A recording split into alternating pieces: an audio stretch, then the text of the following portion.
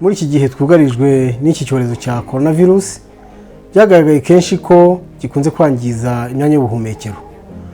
Igihe muri mu ngo hamwe n'imiryango, twabashishikariza ko mwashakisha akuma kitwa oxymetre, ni akuma bifashisha igihe bapima igipimo cy'umwuka, ugashyira ku rutoki runini cyangwa urutoki rwo rwose.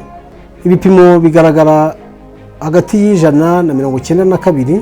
Iyo bimanutse hepfo ya 92, bigaragara ko imyanya y'ubuhumekero iba ifite ikibazo gikomeye. Mwabona biri hasi, mukatugana hano ku ivuriro ryacu Polyclinique de l'Etoile, tukabafasha kuko dufite ibikoresho byabugenewe za oxygene, tukagufasha kongera umwuka. Mwagerageza kandi hamwe n'imiryango yanyu, mukaba mwatugana bitararenga inkombe, mukaza tukabapima ko ibisubizo biraboneka ku buryo bwihuse bitangije iminota 15. Turabashimiye, twese hamwe tuzatsinda. Murakoze.